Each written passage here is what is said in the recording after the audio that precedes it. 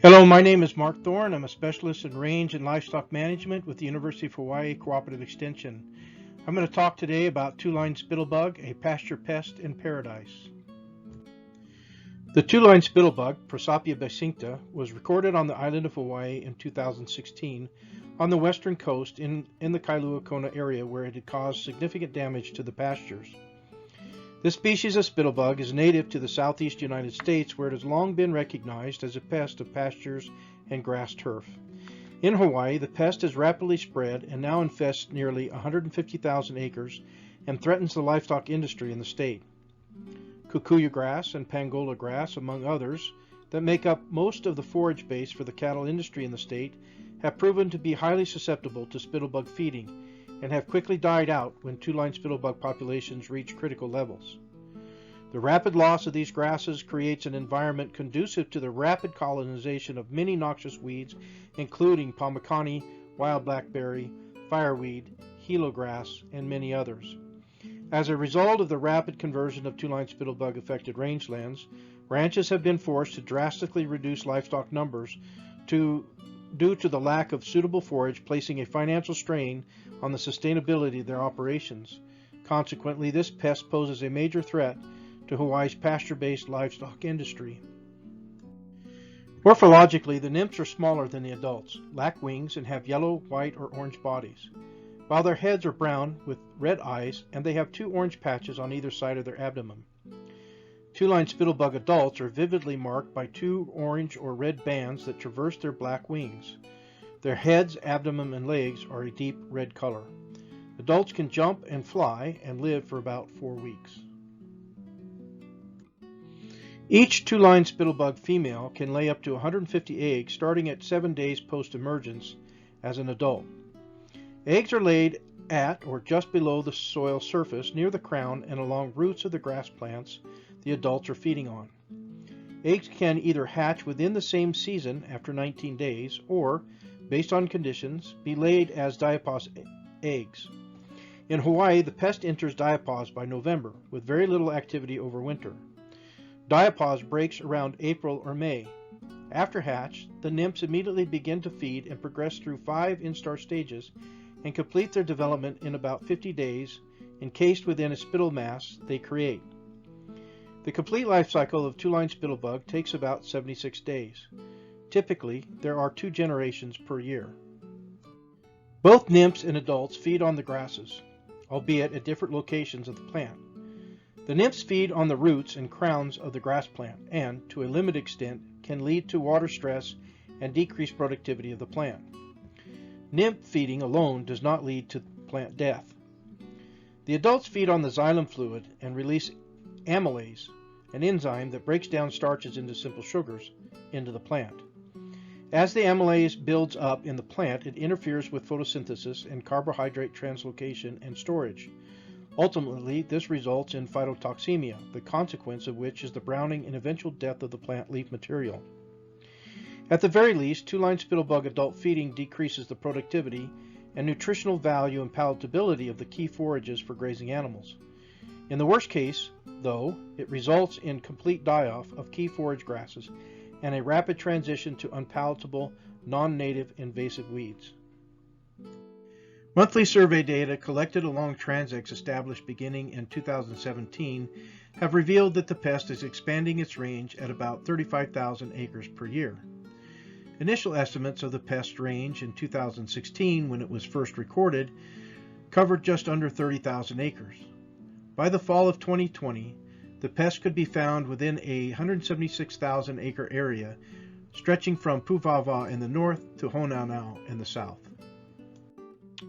Monthly monitoring of Twoline spittlebug nymph densities along a series of transects at different locations since the fall of 2017 has revealed key information on the population dynamics, habitat selection, and potential ecological and economic impacts of Twoline spittlebug on Hawaii rangelands. The 4 maps in this slide show how Twoline spittlebug nymph densities change during the peak period of activity from early break of diapause in April to July. The darker red the color, the higher the nymph density. High nymph densities lead to high numbers of adults feeding in the area and often catastrophic die-off of key grasses. Damage from adult two-line spittlebug feeding can accumulate very quickly under the right conditions and population size. The pictures in this slide show the rapid die-off of kikuyu grass shortly after a two-line spittlebug outbreak, and 6 months later. Two-line spittlebug activity was noted in this location in April of 2018, and by June 2018, the pest had caused the damage noted by the red outline on the picture in the left. The population density reached a critical level later that summer, and by January, all the kikuyu grass beyond the original infestation, covering nearly 200 acres, had browned and began to die, noted in the picture on the right. Two-line spittlebug damage goes through stages, sometimes separated by a season. Because of this, the pasture can be a mosaic of healthy grasses, shown here at A, small patches of dead grass, shown here at B, and mature infestations that are large and giving way to invading weeds, shown here at C. Early infestations, when adult populations are low, result in small patches of dead grass from adult feeding, shown here at B. These small patches develop in otherwise healthy grass communities when emerging adults from nearby heavily damaged areas, such as C, move to find suitable feeding and egg habitat.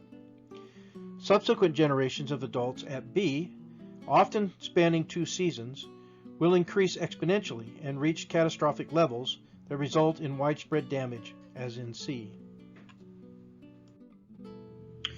The next 4 slides show a series of images collected from the same transect, HULT1, and the accompanying graphic of the spittlebug nymph densities collected from May of 2018 to November of 2019 along 6 different transects spanning a range of elevations.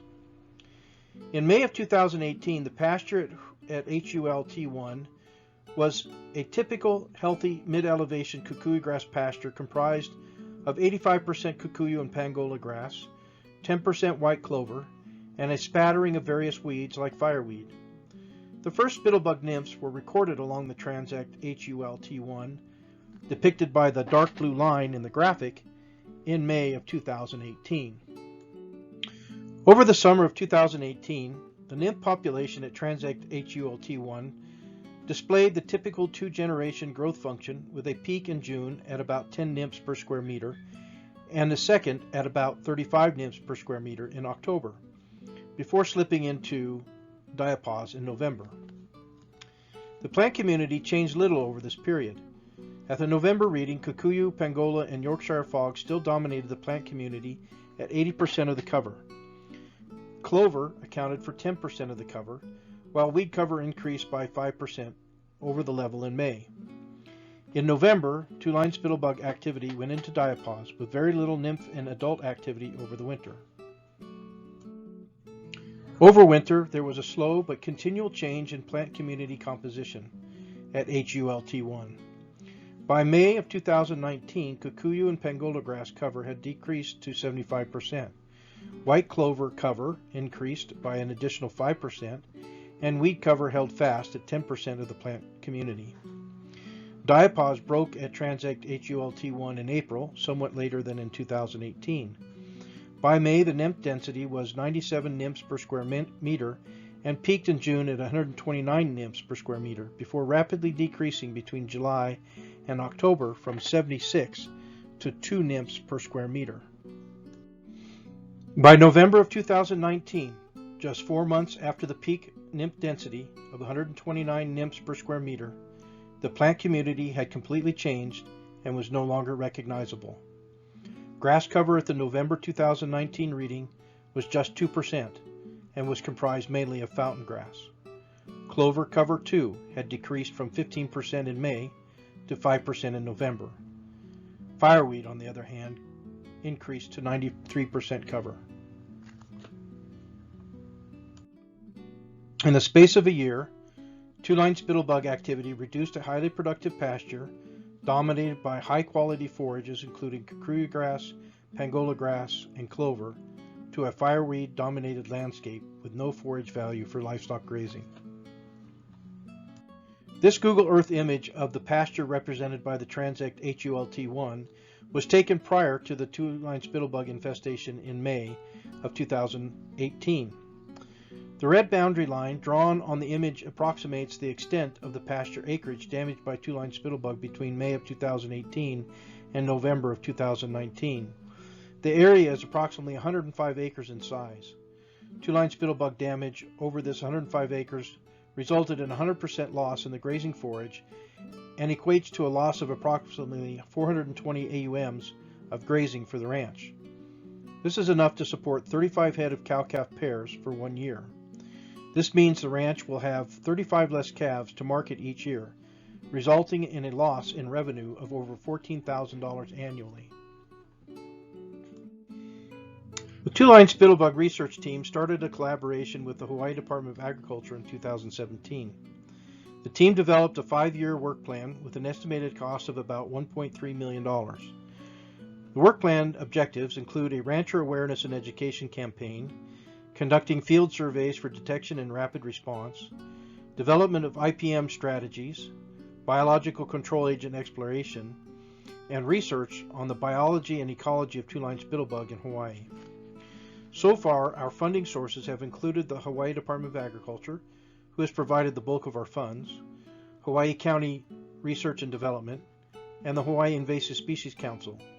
We have so far unsuccessfully solicited federal fundings through APHIS and the USDA NIFA programs. We recommend an integrated approach to managing Twoline Spittlebug in rangelands that include limited use of pesticides and other strategies in conjunction with grazing management practices aimed at reducing suitable habitat for the pest. Seeding Twoline Spittlebug resistant grasses, as we discover them, will also become increasingly important. Recommendations for homeowners who may find Twoline Spittlebug attacking their lawns are also geared toward first reducing the amount of suitable habitat for the pest. However, given the relatively small scale, non-restricted use pesticides can be effective in controlling nymphs and adults in lawns. Twoline Spittlebug poses a significant economic and ecological threat to Hawaii. The rapid spread of the pest and its extensive damage to key pasture grasses puts Hawaii's livestock industry at tremendous risk.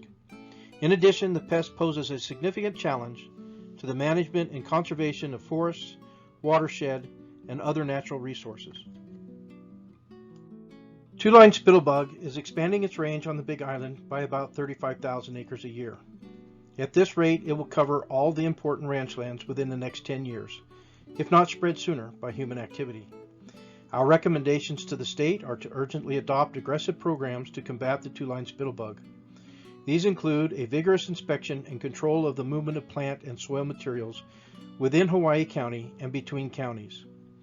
Establishment of a pesticide application assistance program to strategically spray initial small-scale infestations, and a seed purchase assistance program to help ranchers recover and reseed damaged ranch lands.